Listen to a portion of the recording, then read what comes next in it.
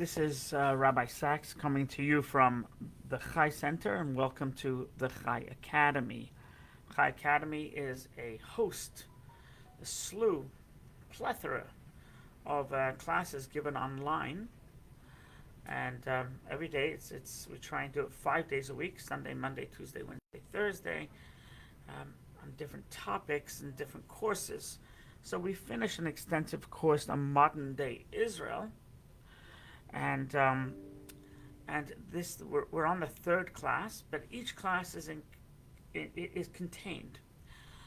We're on our third class of Hitler's rise to power. Now, generally speaking, there is. Why do we need to know about Hitler, and why do we need to know his rise to power? So, why? I mean, this is killed so many Jews. Why even mention his name?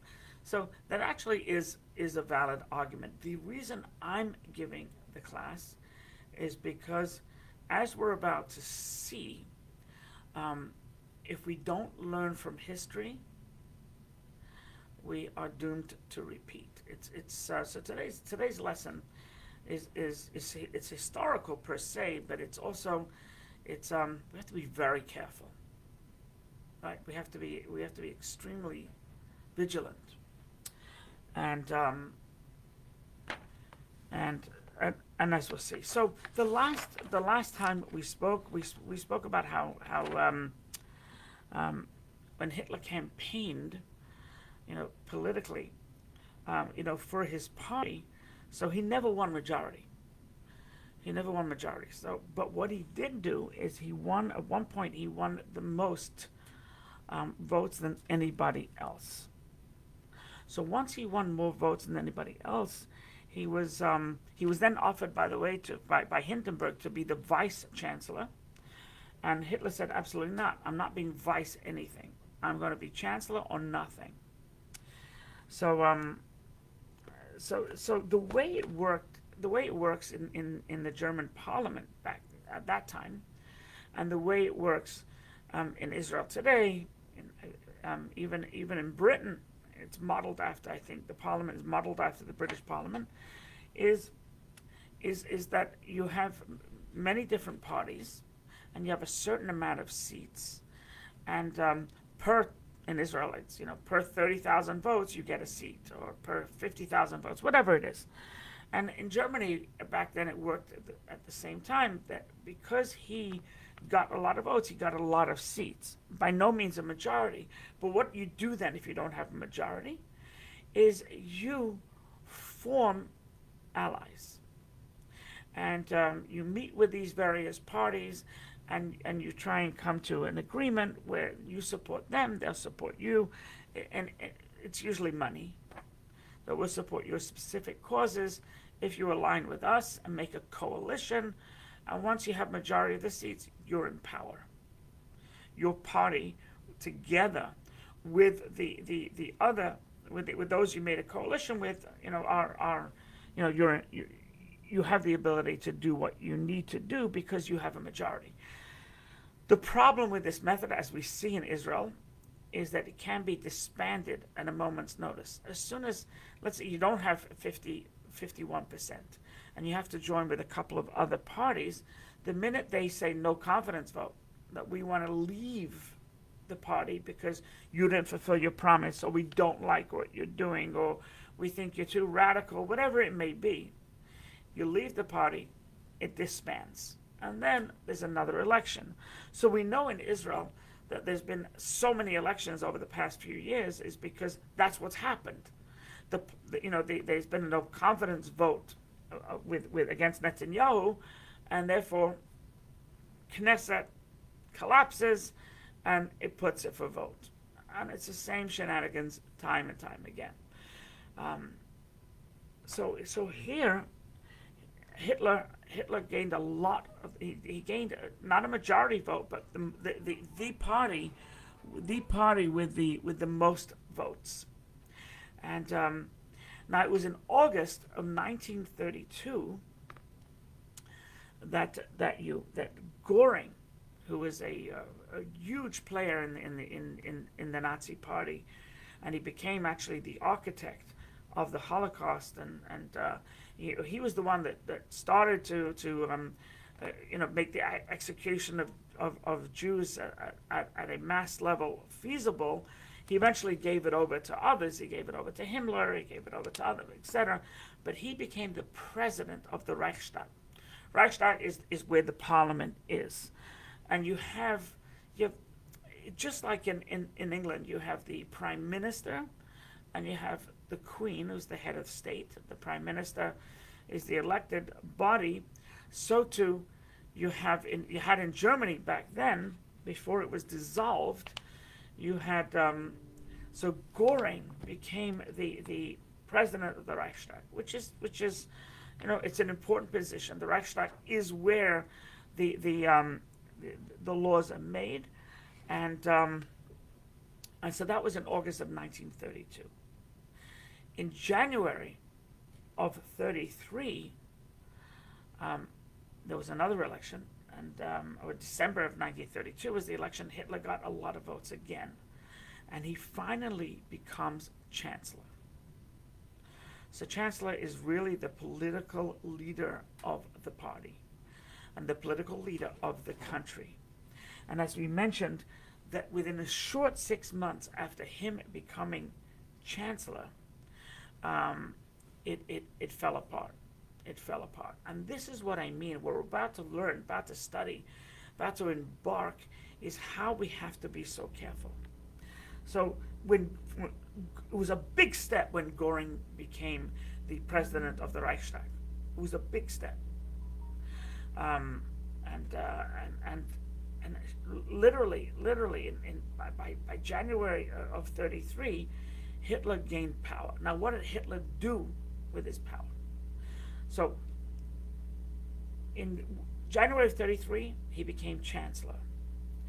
February of 33, he began to censor the news.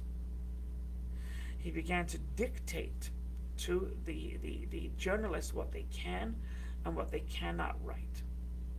Having a media that is dictated to or in bed with is a very bad thing. And in America today, we really have a problem. We have some media who tout the liberal line, and we have some the Democrat line or whatever, and we have some media who are aligned with the and it's opinion, not journalism. Opinion is really not journalism. It's just one man's opinion, and one man's opinion. What do they say? Opinions. Everybody has an opinion, right? And that's a dangerous first step. Is where the media is compromised. Now, in Hitler's case, he banned it. He censored it, rather. In Hitler's case, he censored it. But in our case, in the United States, we have a problem. We do have a problem, and the pendulum needs to swing back to journalism, to the middle, and so that both sides of the coin can be journalists again, and not have this nutty infatuation with either the right or left. It's bad. It's bad. It's not a good thing. It's not a good thing. And so that was the first thing he did. So that was it was early on in February of 1933. Late February, I think it was February 27th. There was a fire. There was arson in the Reichstag, in the Parliament building. There was arson, and it burnt it. And who was that done? Who was that done by? It was done by the Communist Party. So it was done by a communist, and he didn't like. It was basically a protest, and so communists got together.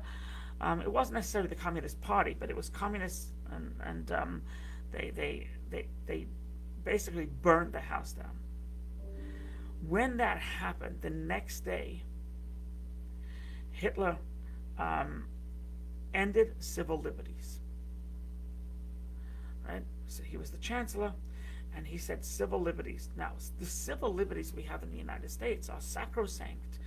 You know, the right to free speech, the right to assemble, the right to bear arms, the right. He took that all away, right? And in fact, in the Weimar in the Constitution of Germany, the civil liberties were the right for everybody to have a job and have a decent living and be treated as a human. It was actually went more than the United States civil liberties. But Hitler took liberty, took advantage of a bad situation, of the because the Reichstag was burned down. He seized an opportunity, well, because the Parliament couldn't meet right then and there, so he ended civil liberties, which was basically the kiss of death. So the first kiss of death was censorship. The second kiss of death was ending the civil liberties. And a week later, to take revenge on the communists that burnt the Reichstag, he banned communism. Banned it. You can no longer have any communism in Germany. Now, I mean, the United States wasn't fond of communism either. You know, back, I remember I was not born in this country. I was born in London, England. And when I became a citizen, happily so, I had to check a number of things on. I had to, and punishable by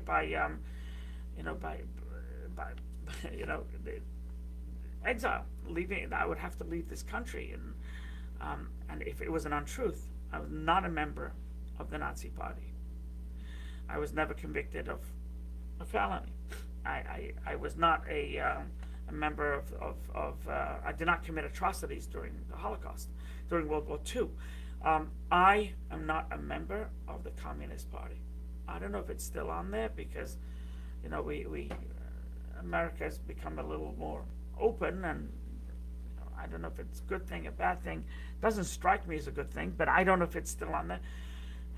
But you weren't to become a citizen, you had to disavow the Communist Party, you know, McCarthyism, etc. So Hitler banned the Communist Party. 3 weeks after that was probably the greatest downfall of Germany. Is he enabled the Article 48 of the German Constitution.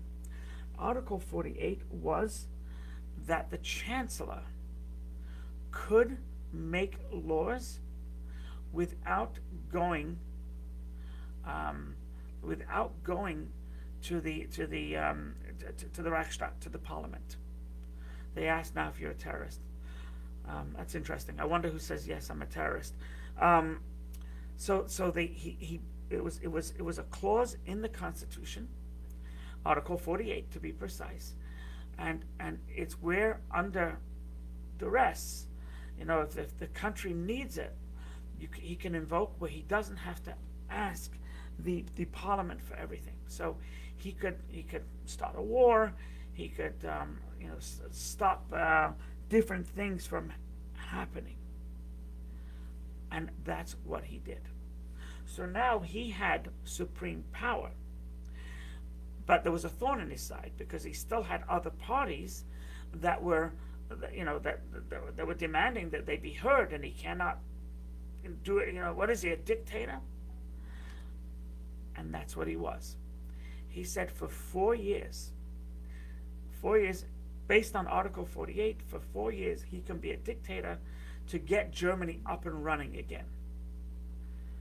By July of that year, there was only one political party, and that was the National Socialist, the Nazi Party. So his Article 48, was a tremendous blow to democracy, because he became the sole leader. And he called it dictatorship. He called it that. He wasn't shy to call it that. He didn't view it as anything negative. He said in order to rebuild Germany, he has to take these steps. And And therefore, once again, there was the censorship of the media. There was ending all civil liberties, banning the communists, and enabling this Article 48 of the Constitution, and becoming a dictator. And now there was only one. It's like the Soviet Union. There's back in the former days there was one party. Yeah, you could vote. We're Democratic. We can vote, but there's only one party to vote for. This is kind of the same thing. There was only one party to vote for. So he became power, and as we said in last class, the minute he gained power, right, he turned his focus towards the Jews. So while campaigning for all his,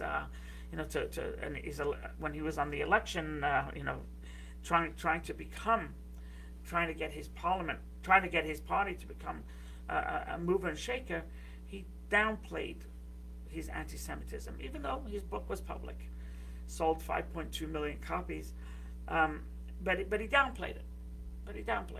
Once he became the dictator, and the only party is he zeroed in on the Jews. So we need to ask ourselves. Do we have a good journalistic in the United States? Do we have proper journalism going on? We have to ask ourselves: are all our civil liberties? Do we have them all, or are they being threatened? It's an important question, and I'm not even trying to be political here, but just a question: are they being threatened? Are our civil liberties being threatened? We have to be vigilant that they're not. So I don't mean anything specific. For those who think they're reading between the lines, I'm not, because I'm not politicizing this. We just have to be careful. And the other thing is,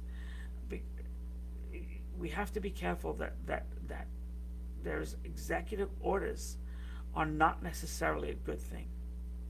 You need checks and balance. Now, you always have the Supreme Court in the United States. You always have the Supreme Court to run to if there's an executive order that's outlandish. But you have to ask yourself, can the executive orders be abused? And the answer is absolutely can be abused.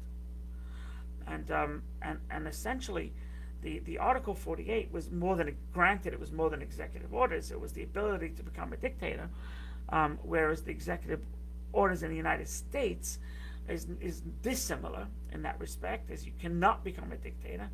But on the other hand, you can abuse very much creatively. One can abuse the executive order that the president can have. Very careful. We have to be very, very careful. Thank God we have a third branch of government that can be a checks and balance. Now, Hitler was in power, but it was not complete power, because he didn't have the military under him.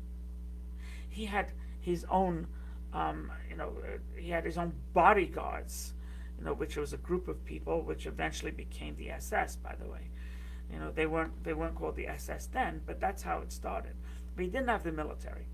But there was part of the military that were fascist. They were like Hitler, and they were extreme right, and they helped Hitler get elected. Hitler felt, however, that they could just as easily be in opposition to him, and they were somewhat between him and the military.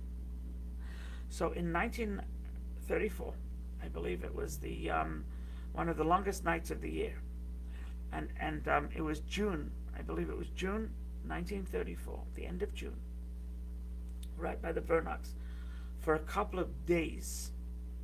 It's called the Night of the Long Knives. Now, it took place over a couple of days. It wasn't just one night, but basically Hitler got rid of his enemies. Anybody he felt was an enemy was executed. Now, there was the head of the SA, this military militaristic branch of the government of the military that was really fascist, and right was Ernst Röhm, who was there many years later, many years earlier at the Munich Putsch, but he was killed, and it was a very important person for him to kill, because Ernst Röhm, he felt, would eventually be a real adversary. Now, the Ernst Röhm himself wanted to join the military, and Hitler would have no part of it. Right? So anybody, there's a debate amongst the historians how many people were killed. I did read years ago that there was as many as 1,000 killed over those couple of days, but basically they were just summarily executed if Hitler viewed them as a threat. Right? If they were an opposing party, if they were somebody, and he killed people he knew for years, just killed them, because he didn't trust them. And who did he surround himself with? He surrounded himself with Göring. He surrounded himself with Himmler. He surrounded himself with the top Nazis to be. Right? That's who he surrounded himself with. These people were die-hard loyalists. Anybody he felt wasn't a die-hard loyalist was dead meat.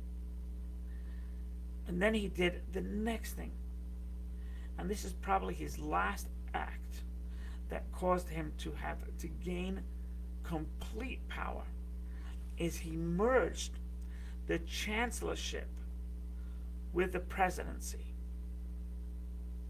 He merged the two. So he became everything. You know, United States, we have three branches of government. We have the Senate, and we have the president, and we have the Senate and the Congress. He became everything, essentially. Right? He became every part of it. He was the chancellor. He was the president. So there was nobody who could any longer who could keep his powers in check. Right? And so he was everything. Can you imagine the president being the majority leader, the minority leader in the House, majority leader, minority leader, the whip, etc., in the Senate? He became chief cook and bottle washer. Absolute power corrupts absolutely.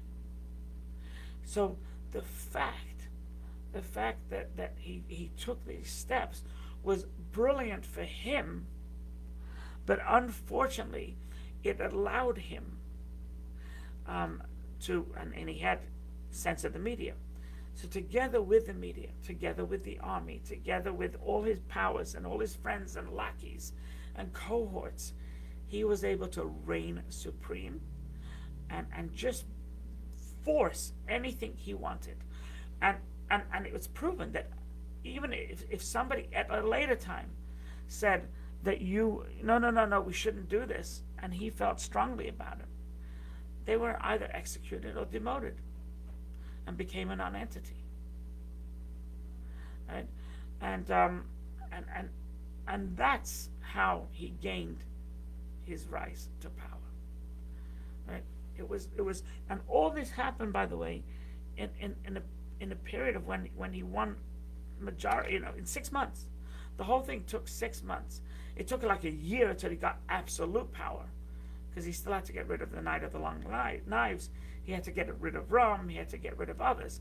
But literally, if you just take a bird's eye view, it was a very short amount of time where he went from just being, no, I refuse to be vice chancellor, until he became. So he was everything. He was chancellor. He was vice chancellor. I mean, and by the way, those we know there's the famous Nazis, right? We know the famous Nazis in Nuremberg trials, but there was also like the vice chancellor at the time. He was also in the Nuremberg trials, even though he wasn't really a Nazi, but he was an honorary Nazi. He also, because he was like, you allowed this to happen, he was actually found innocent of war crimes, but he did have a monetary fine. Um, so not everybody in the Nuremberg trials was a complete die-hard Nazi. It's just that if you allowed this to happen, so the vice chancellorship, the vice chancellor, I forget his name, something like Payne or something like that, Payton, I don't know exactly. He was once chancellor and then he became vice chancellor. Um, Listen, no love lost. To me, they were all nasty. They were Nazis and bastards and anti-Semites, and so no defense of them. Um, we have to be wary. We have to learn from history so we don't repeat it. The media has to shape up. Executive orders have to be curtailed, and we have to make sure that we have proper checks and balance in the we have to make sure we have proper checks and balance in our government. Now, it's particularly precarious at this stage is because you have one party that is all three branches of government. So thank God for the Supreme Court. But things could get, if we're not careful, they could shove legislation. And I would say the same thing, by the way, if there was the Republicans, if they had three branches. It's not healthy. It's not healthy because you get too cocky and you make mistakes. So thank God for the Supreme Court, and thank God we have a voice, freedom to assemble, freedom to petition, freedom to free speech, etc. So that's in a nutshell, in over 3 classes, Hitler's rise to power. Somebody just posted something that I know about, because I know Glenn Landau is on the board, but Voices for Truth and Humanity, it's actually a crackerjack organization that really help stop nonsense, anti-this and anti-that. They're for truth, humanity, and for peace when necessary. God bless. I hope you enjoyed. Any comments you can mention here or rabbi@thechaicenter.com. That's another venue. Please, if you enjoyed the class, the 3-part class of Hitler's Rise to Power, please share. Be well. God bless.